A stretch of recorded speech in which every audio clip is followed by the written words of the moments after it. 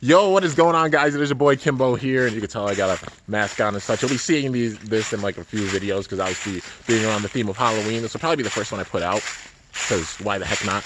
But yeah, so I'm gonna put this on. That actually is a really cool mask. So look at that, man. But anyways, in this video, I'm going to talk about my skit series. So this is like kind of a video to help people understand like how the skit series is or are, you know, because I got two of them. But yeah, because a lot of people have asked, like, you know, they've seen the skits and stuff, especially recently, and they're like, what is this? What even is this? So this video will fully clear that up for anybody. I'm going to try to do it as quickly as I can so you guys aren't here forever. So, as we all know, we have like different generations of Beyblade. So we had the plastic gen of Beyblade, you know, with like Tyson and Dragoon and all those bays. And then we had like the second era of Beyblade, that being Metal Fight Beyblade, that being Jinga, Kyoya, Ryuga, Tsubasa, Yu, Kenta, all these characters, you know. And we had the whole entire Metal Fight series, the whole saga. And now we got Burst, you know, obviously with Vault, Shu, Wakia, just all those type of, you know, characters and such. And then obviously as it goes along, more characters being introduced, like, you know. But yeah, so what my skit series is, it's basically like kind of a continuation, well, a little bit of a continuation. Like, it's part inspiration from like seeing the show and such, but also a continuation of it in my own world. So that's how it is with like both series. So I'll explain the first my first skit series, you know. So my first skit series, I have two skit series, like the one I did before and now the Zero G ones. And basically the first skit series was set like 7 years after all of that stuff happened with MFB. So I'll explain MFB really quickly. Obviously, first season, Jinga, Ryuga, Dark, you had Doji with like the Dark Nebula and stuff, using that to try to take over the world, using El Drago, and then Ryuga turns on him while El Drago turns on him, and then El Drago, you know, tries to take over Ryuga, Jinga saves the world, all that good stuff, and it sets up for season 2, which Masamune comes in to, you know, he comes in, they set up the Beyblade World Championship. Then you have like all the different teams, like you had Gang Galaxy, which is the Japanese team facing all these other teams. Then it ends off with like Starbreaker, Damien, you know, all of them, also like Excalibur, like a lot of those teams.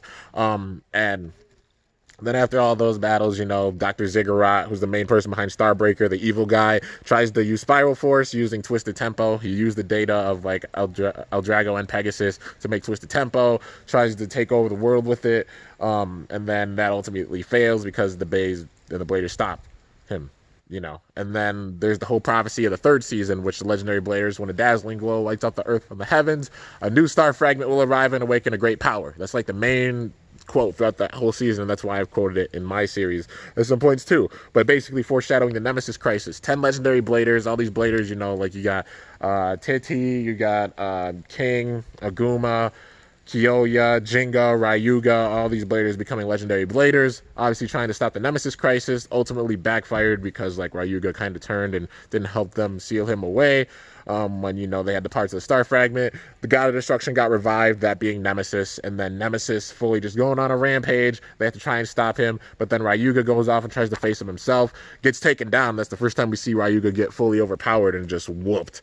And it's crazy. And he didn't die after that, by the way, just saying. He just never battled again. He passed on his he passed on the power of the dragon to Sakio. That's how Sakio got his Dragoon from Ryuga. He never battled after that. That is a fact, but like he didn't die. Just saying that right there. So I'm just gonna cut off that argument right there. But then obviously after that, 7 years after the Nemesis crisis, all the Bladers basically passed down their power to the new generation because, you know, they stopped Nemesis, and that was the end of like all those characters and such. You know, well, except for Jinga, he was the legend. He came back with a Samurai Pegasus, and then this sets up for Zero G, like the Synchrome system and all that stuff, single wheel system. Then you have Zero, you have like Takanosuke, like all those characters, like Sakio, you know, with his Dragoon that he got from Ryuga, and then Zero with his E-Freight that he got from Jinga, you know, all that set up. And then you had DNA, the evil group, Doji coming back yet again, because, you know, he came back to get revenge on Ryuga in the third season, but then coming back in this season, and then, like, turning into a big robot spinning Beyblade top himself at the very end of it when everybody turned on him, and then he tried to, like, kill them all, basically. But then he didn't, because, you know, they made it out, and then they just left the cliffhanger of, like, the next world tournament happening with all these bays, but then they never made it. There could have been a Zero G season 2, but I guess just because people weren't that into it, it didn't happen, which was really sad, because I would have loved to see like some new designs for it. But yeah, so that's how that series ended. Then we fast forward.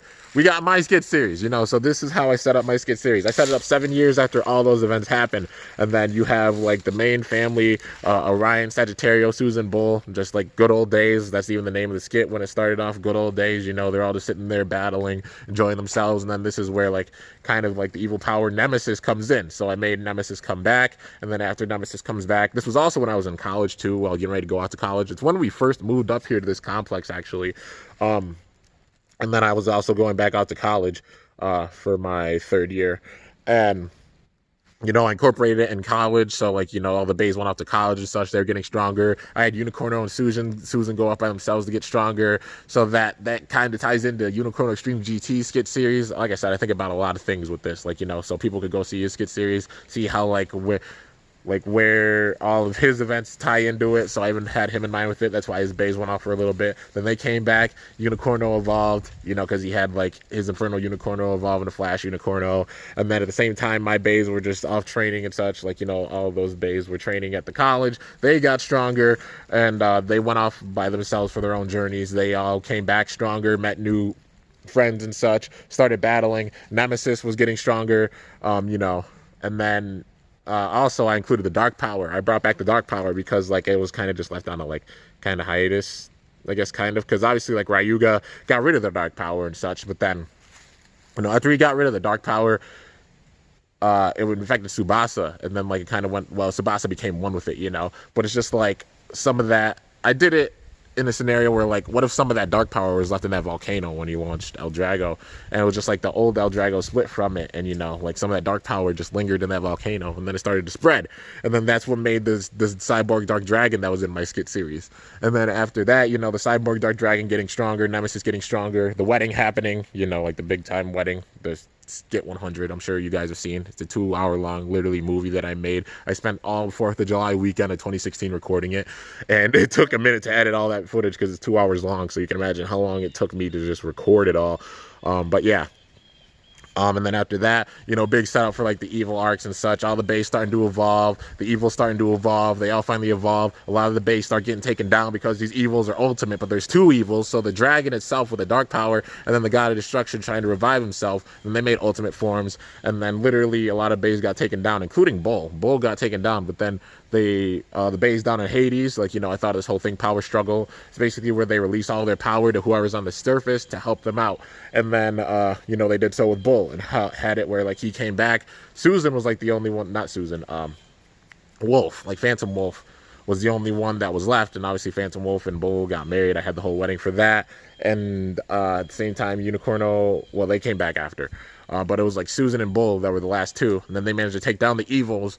And then after that, they planned on, like, you know, the baby skit. Because, you know, people wanted to see the baby skit for the longest time. And that was when I first started my series. So people probably forgot about it. But I did it at the very, very end, you know, to set up for, like, the next season. So, like, they had the baby. They ended up having the baby. And then, like, Susan and Unicorno ended up coming back, and Bull actually had 2 evolutions, you know. So the 5 bays you guys see in my channel banner, those are the legends. Like, you know, you see Unicorno, you see Susan, you see 2 bulls, both bulls, like the Stamina Bull, the Phantom Bull, the Attacking Bull, the Flash Bull, and then Wolf, like Phantom Wolf. You know, those are the 5 bays you see. And that's my channel banner because that was the very, very end of that series. So, like, you know, like the baby, that's what I call it, the baby or the babies. And they ended up passing on the remainder of the power from that generation onto the bays. So I had the new bays, like their kids, show up down there. Like, you know, show up at the pavilion and such. And that's what set up for this skit series that I'm in right now. The 2nd season one, the 0G ones. So, you know, their kids originally, like, you know, was completely frozen. It's set 7 years after that skit series, you know, because of the winter. It's supposed to, like, mess up the ecosystem to the point where, like, it was just cold. Bone-chilling cold winter for 7 years. And then, like, they had to find shelter, and their shelter was actually over there in the building over there, right there, yeah. And then, like, later on in time, that's how the Zerago brothers got introduced. That's how a lot of bays got introduced. And then at the same time, you know, a lot of bays were coming in. So you have, like, Pegasus, Kraken, all those bays and stuff. They're all entering and such. And then, like, the bays are going out to the college because the college, there's a big time amount of energy, obviously, with the college and such. And while at the college, you know, the bays got stronger. There's different sectors at the college. Balor was behind the sectors. and yeah, like the good Balro, Samurai Balro. And then they all figured out like, oh, well, I had them graduate because I obviously graduated from college and such, and I was just visiting. And then after they graduated, they all just came to this complex, obviously this sacred complex, because they could sense like the big time aura of bays like joining together this complex, because it's like a sacred area, because it's where all the events happened before, so it's sacred grounds. And then all the bays coming together for this, and then obviously going out and meeting more bays. So like the whole thing with like Pegasus coming in, Kerbex coming in, and I also incorporated like the events into introducing these new characters. So like when I went out for the first invitational, that's when I had the Blue Inferno Kerbex enter in and such. Like, they had to go out there and find it, or they had to go out and get that power. They found Kerbex, brought Kerbex back, and then obviously had Pegasus too, like Hell Pegasus, DK's Hell Pegasus, and yeah, man. And then that basically set up for like all of the bays coming together, doing all the battles. And then obviously the evil's getting stronger, except there's 3 this time. So there's Balro, the evil one, which is the new one, using the power of Hades, getting out of Hades. Because, all the souls of the bays that were taken down before, they all went to Hades. Anybody who's wondering, like, all those bays from that first series, all their souls are in Hades. But there's 2 different sides of Hades. That's one thing I didn't say before in that series, and I expanded on it with this one. And there's still more to go with it. Like there's a cold side, there's a hot side of Hades. It's like a yin and a yang.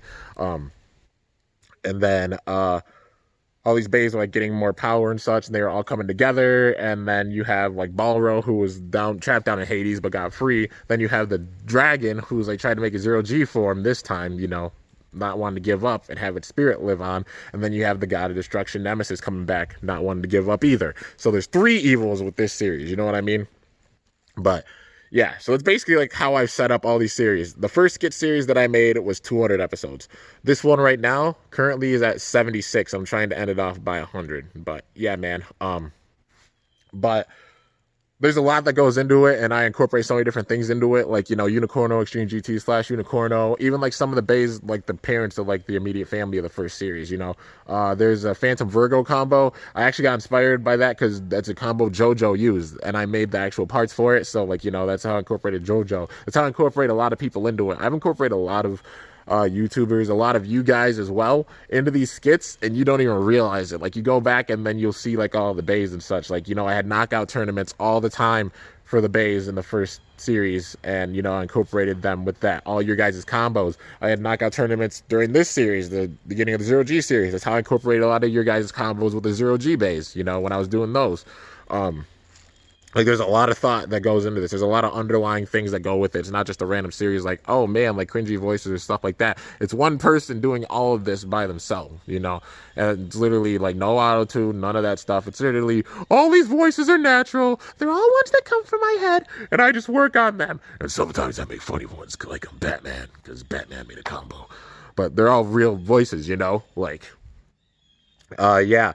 And that's why I'm like, what happens with this series, because it's like it's basically 95% improv. You don't know what that means. That means I set up the camera, I think of some ideas, I think of a little script in my head. I don't write it down or anything. I just think of it and go with what happens as it goes along. And yeah. And there's like a small little kind of main underlying thing to go with it, like a main like plot with it, how things are supposed to go. But like, a lot of different things happen with it. Like, some bays break, some bays get whooped, and yeah, man. But it decides how things go. So that's why I always say what happens with these series decides how the next series goes. So what happened with that first series is deciding how I went into this. That's what decided how I'm going into this series, like how I went into this 0G series. And then what happens with this series right now, because this is one thing that TT or Hasbro never do, is connect generations, like plastic gen, metal gen, burst gen. I want to do that, at least somewhat. I'm not going to have like Metal Flight Bays come back into like the burst skits or anything, but like it decides how it's going to go, like, paying reference to the other series, because they don't really do that much. I mean, they do it a little bit like with underlying things that they do in the show, but they never like make connections, But yeah, that's one thing I want to do, is I'm going to connect generations, like Metal Fight 2 Burst. So how this series ends, the 0G Skit series ends now, will decide how I go into the verse skits. That's one thing I said before, but hopefully you guys fully understand that now. And yeah, so that's basically the entire wrap up of it. Like I said, I had to try and say it as fast as I possibly could, because there's so much with it. I basically just told about a 200 episode skit series. The first one I did, I mean, the whole history of like MFB, 200 episode skit series that I made after that, which is supposed to be kind of like season 5 of MFB, and then season 6 being the 0G ones that I'm doing right now. And this is going to be the full out finale of MFB. After this, I'll say right now, after this, the only thing I plan for MFB is, because I have nothing left to prove with it, you know, there's one thing I've always wanted to do, giant stadium battles with MFB bays. That's one thing I've always wanted to do, and that's the thing that I have planned that I'm going to do after this, you know, after this series ends. And then after that, it's going to set up for the burst skits. But yeah, and it's sort of like me transitioning from MFB to fully burst, you know what I mean? But yeah, so definitely enjoy the MFB content as it comes, because like I said, I'm one of the only big YouTubers that still does MFB content, which, yeah, I mean, it makes sense because, you know, obviously Burst is like really far along and MFB is like now an older generation, but still. But yeah, guys, that is basically the whole wrap of everything. I'm really impressed with myself for being able to explain that in the time that I did, because that's like, you talk about like months, years even of like hard work and such that I've managed to explain in 20 minutes, but glad about that. Anyways, I hope you guys enjoyed. I hope you guys like understand more of the skits and how they go and stuff now, and it might change your mentality about like just how things are going to go from here on in, you know, maybe now because you understand like the whole plot and such, or a lot of the plot, that you'll be able to see like all the small details, all the small references and stuff, even the words that I say. I make a lot of references to like past series and stuff, even with like how a character talks. You know, it's all things that are in here, you know. But yeah, anyways, hope you guys enjoyed, hope you guys understand it, and hope you guys are looking forward to the skits. If you did, be sure to slice that like button down below. Let me know how I did. If you're new to my channel, definitely be sure to subscribe for some epic content, because I upload daily. And if you haven't already, be sure to ring that bell by my channel name to be notified whenever I upload a video. So yeah, guys, till next time, it's your boy Kimbo signing off. See you guys later. Thanks for watching. Until then, stay awesome and cool shoot, or let it rip. I'm up out of here.